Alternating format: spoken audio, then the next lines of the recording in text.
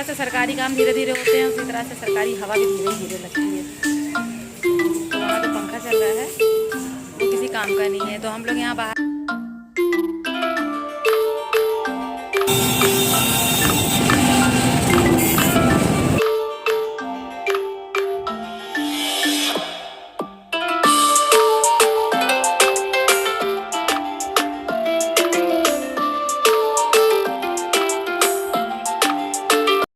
बिस्मिल्लाहिर्रहमानिर्रहीम। अस्सलामुअलैकुम, hello everyone, welcome back to my channel Kashish food Indian blogger. I hope you are doing good. तो हम कहाँ busy हैं, कहाँ बिज़ी थे और क्यों नहीं मेरे ब्लॉग्स आ रहे थे, बस वही आज जो है हम आपके साथ शेयर करने वाले हैं। तो बिज़ी यूँ थे कि इससे पहले भी जो मेरे ब्लॉग्स आए उसमें हमने आपको बताया था कि मम्मी की आँख का मोतियाबिंद का ऑपरेशन होना था और अम्मी जो है बार बार अपनी तबीयत गड़बड़ कर ले रही थी। कभी उनका जो है पेट जो है, उन्हें मोशन होने लग रहा था, पेट ख़राब कर ले रही थी, कभी बीपी हाई कर ले रही थी। मेरी मम्मी बहुत ज़्यादा ऑपरेशन के नाम से डरते तो हम भी हैं, लेकिन मेरी अम्मी का जब ऑपरेशन जानने लगे कि कल होना है तो बस वो शाम से ही उनको जो है मोशन स्टार्ट हो जा रहे थे। तो बहरहाल अल्लाह अल्लाह करके आज जो है ऑपरेशन का दिन अनकरीब है और अम्मी को जो है ले करके छोटी वाली बहन जो है आ गई है डिस्ट्रिक्ट हॉस्पिटल में। वही आई डिपार्टमेंट में अम्मी बैठी हैं और अम्मी का जिस आँख का ऑपरेशन होना है वो तो सही है, लेकिन जो दूसरी वाली आँख है उसमें मम्मी ने खुजली करके आँख में नाखून लगा के पूरी आँख पूरी जो है रेड रेड कर ली है। अभी हम आपको दिखाएंगे। तो यहाँ पर जो है इतनी तेज़ वाली गर्मी हो रही थी और मम्मी को भी नंबर मिल गया था अभी, और पेशेंट का जो है ऑपरेशन चल रहा था अंदर। आँख देखें अम्मी की कितनी ज़्यादा सुर्ख हो गई। उस वाली आँख का ऑपरेशन नहीं हो रहा है, इसमें मम्मी ने खुजली करके नाखून लगा दिया है। डॉक्टर को हमने दिखा दिया है, डॉक्टर ने आई ड्रॉप लिख दिया है, वही डालना है मम्मी को, तो ये आँख जो है सही हो जाएगी। तो जो है कुछ ही देर में जो है अम्मी का अभी ऑपरेशन हो जाएगा। तो मम्मी कहने लगी चलो हमें बाथरूम ले चलो। तो छोटी वाली बहन उन्हें बाथरूम लेकर गई है और सभी यहाँ पर गर्मी से इस कदर परेशान है। पंखा चल रहा है कि रो रहा है, आदमी रोता भी बहुत स्पीड में है। तो मतलब उसकी स्पीड जो है क्या कहते हैं आप तय कर सकते हैं, लेकिन ये जो पंखा है तो वो इस तरह से चल रहा है कि जैसे अपनी ज़िंदगी को रो रहा है। लग रहा है उसकी ज़िंदगी में इतने सारे गमों के पहाड़ टूट गए हैं कि उसके अंदर चलने की जो है ताकत ही नहीं रह गई है। और यहीं पास में एक पेड़ है ना, दरख्त था तो वो गिर गया, टूट गया, तो उसी की कटाई जो है चल रही है। मतलब वो पेड़ हम लोग बहुत दिनों से जान रहे थे, तो वही जो है बाहर कट रहा था, उसकी वजह से बहुत ज़्यादा जो है शोर हो रहा था। एक पत्ता तक की गर्मी की वजह से नहीं हिल रहा था। एक तो यहाँ बाहर बनाओ तो धुंधला धुंधला बनता है, तो हम लोग यहाँ बाहर आ गए हैं। बहुत ज़्यादा अंदर गर्मी है। वहाँ पंखा जो चल रहा है ना, एक मिनट अब सही है। तो वहाँ जो पंखा चल रहा है वो किसी काम का नहीं है, तो हम लोग यहाँ बाहर आ गए हैं और जो हैंड फैन होता है उसी से हम लोग जो है हवा ले रहे हैं, क्योंकि सिर्फ 35 रुपये का, शायद 35-40 रुपये का कंडेंसर आता है। अगर वो लग जाए तो जो मरीज़ है, मरीज़ के साथ लोग हैं उनके साथ जो है हवा लगे, लेकिन ऐसा नहीं है क्योंकि ध्यान ही नहीं दिया जाता है। शायद जिस तरह से सरकारी काम धीरे धीरे होते हैं उसी तरह से सरकारी हवा भी धीरे धीरे लगती है। बहुत ज़्यादा गर्म है, बहुत ज़्यादा, और आज धूप भी बहुत तेज़ निकली है। अम्मी जो है मेरी इधर बैठी हैं, जहाँ खड़े मैं पीछे बैठी हूँ दरवाजे के, तो ऐसा है। और ये वही अमलताश का पेड़ है, देखें आप।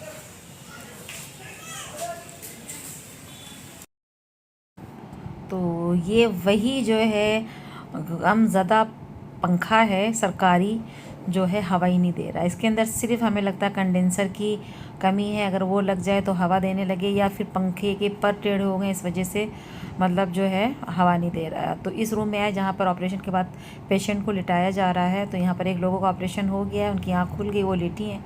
और जैसे में पता चला कि अंदर एक कूलर लगा है तो मेरी जान में जान आई और बस इसके आगे हम आ गए हवा खाने के लिए।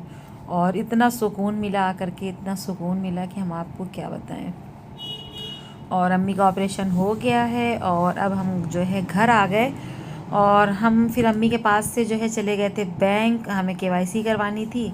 तो मेरे 2 बैंक में अकाउंट हैं और दोनों में ही केवाईसी नहीं है। और जब केवाईसी के लिए फ़ॉर्म 2 बार भरा तो हुआ यूँ कि आधार में स्पेलिंग जो है नाम की उसमें उसमें और पैन कार्ड के मतलब पैन कार्ड पे जो नाम है उसमें स्पेलिंग में ज़रा सा फ़र्क था। तो उसकी वजह से मेरा केवाईसी नहीं हुआ और हम जो है थक गए, और इतना थक गए बिल्कुल। घर आए हैं तो आप यकीन मानिए कि जो हमने नकाब पहन रखा था वो पूरा तर था, अंदर के कपड़े भी पसीने से बिल्कुल तर हो गए थे, इतनी उमस इतनी गर्मी थी बाहर। तो जब घर आए तो यहाँ पर शाम में आराम करने के बाद फिर अब शाम में हमने फिर कैमरा अपना उठाया कि चलो अपना ब्लॉग स्टार्ट किया था तो उसे भी जो है ख़त्म करना है। तो यहाँ पर जो है बच्चे जो है गोश्त ले आए थे, तो बस ज़िया यहाँ पर चाकू तेज़ कर रहे हैं कि गोश्त की जो बोटियाँ थी ना वो काफ़ी बड़ी थी। तो यहाँ पर जो है गोश्त बनेगा और साथ में जो है आज बनेंगे पसंदे। तो जो है गोश्त जो है काट के रख लिया गया और पसंदों के लिए गोश्त को जो है थोड़ा सा लकड़ी की हथौड़ी से यानी हैमर से जो है थोड़ा सा कूटा जाएगा। तो बस उसके बाद जो है हम पक गया खाना, हम लोगों ने खा वा लिया। फिर ये नेक्स्ट डे है, हमने कहा चलो आपको लोगों को अम्मी से मिलवा देते हैं, क्योंकि अम्मी का जब ऑपरेशन हुआ तो अम्मी घर आ गई थी और छोटी वाली बहन साथ में आ गई थी, तो मेरे आने की कोई ज़रूरत नहीं थी। फिर हमने कहा चलो हम दूसरे दिन आ जाएंगे।